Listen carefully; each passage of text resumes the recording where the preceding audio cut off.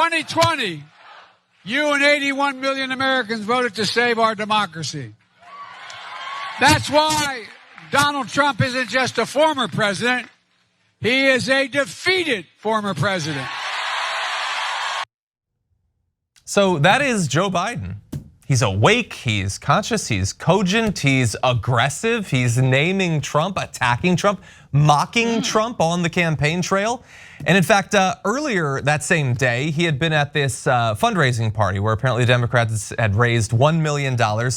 And he went broader than just Trump to talk about Trump's political movement. And he did something that I'm not sure Joe Biden has ever done before. He said, what we're seeing now is either the beginning or the death knell of an extreme MAGA philosophy. It's not just Trump, it's the entire philosophy that underpins the, I'm gonna say something, it's like semi-fascism. So even in using the F word, he only dips his big toe in the lukewarm water. But he is referring to it, at least sort of, as fascism, the political movement that Donald Trump is a part of, is the leader of, perhaps the originator of the modern version of. But we've got more from Biden of him coming out swinging, defending his record as well as attacking the Republicans. But I think it's worth stopping for a second on him actually using the word fascism. What do you think about that?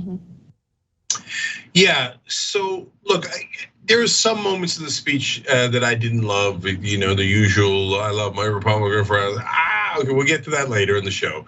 But overall, I thought it was a really strong speech. But I didn't know that he'd just come out of raising $1 million. Now it makes more sense. No wonder he's so insta-hard on that.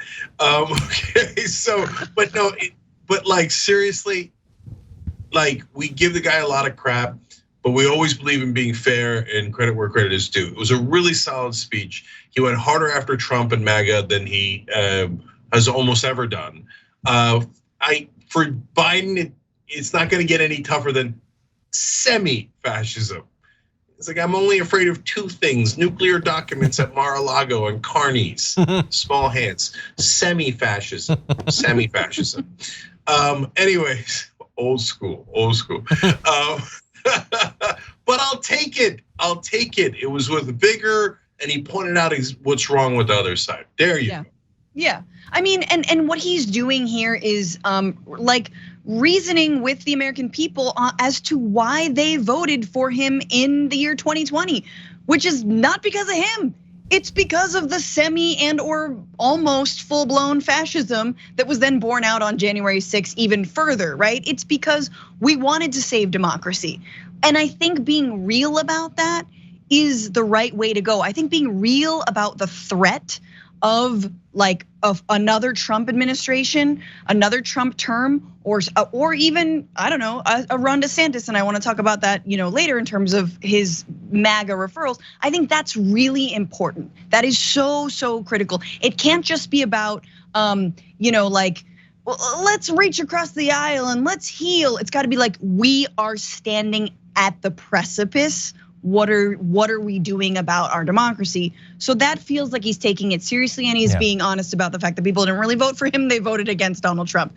I think the thing that I didn't like about the speech, and maybe we're gonna get into it more specifically, but he finally did drop the ultra MAGA, which is, thank God, that I don't know, AB tested dumb slogan from whomever in his administration told him you should say ultra MAGA instead of just MAGA. But his MAGA Republicans, he keeps on trying to distinguish MAGA Republicans from the people who aren't being elected, from people who don't exist, from people who have not stood up at all against their own party. I don't know, like who are like 3 people, maybe 5. So again, it's like he's trying to still separate them, and you're like, no, bro, this is the whole party. Yeah. You need to call it what it is. This is the party that's paved the way for someone like Trump and absolutely used him as their Trojan horse and don't care who has to die or what Capitol has to be stormed in order to get their way.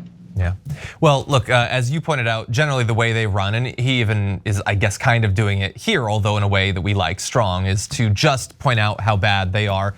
What we want, ideally, is for the Democrats to tout their accomplishments But that necessitates actually accomplishing something. And in this case now, in the past couple of months, they've actually done several things worth touting. And he's doing some of that as well. Take a look at this clip. Guess what? You hear Republicans always talk about the deficit, right? About big spending Democrats. Well, guess what? When the last guy was president, he increased the debt by $2 trillion in tax cuts. Not a penny of it paid for, okay? Well, guess what we did? We reduced the deficit. The Inflation Reduction Act lowers the deficit by $300 billion over the next 10 years. And that's on top of the $350 billion I reduced the deficit last year and the $1.5 trillion reduced it this year. Yeah, there are accomplishments. I mean, of course, if I was to rate accomplishments, deficit reduction would be at the bottom of my list probably. I would talk less about the deficit reduction of the IRA and talk more about what's actually in it, what regular people will benefit from, because if all it was to do was to lower the deficit, then all you're doing is you're continuing the normal historic pattern of Democrats come in, they lower the deficit, the Republicans take over, they give it all to millionaires and billionaires. But along the way, you're not just doing that. You're doing the student loan debt and the climate change programs and a little bit having to do with the pharmaceutical industry. And so I'm glad that he's doing both, and they have to do both vigorously. Mm-hmm. Yeah, so look, I like Dark Brandon.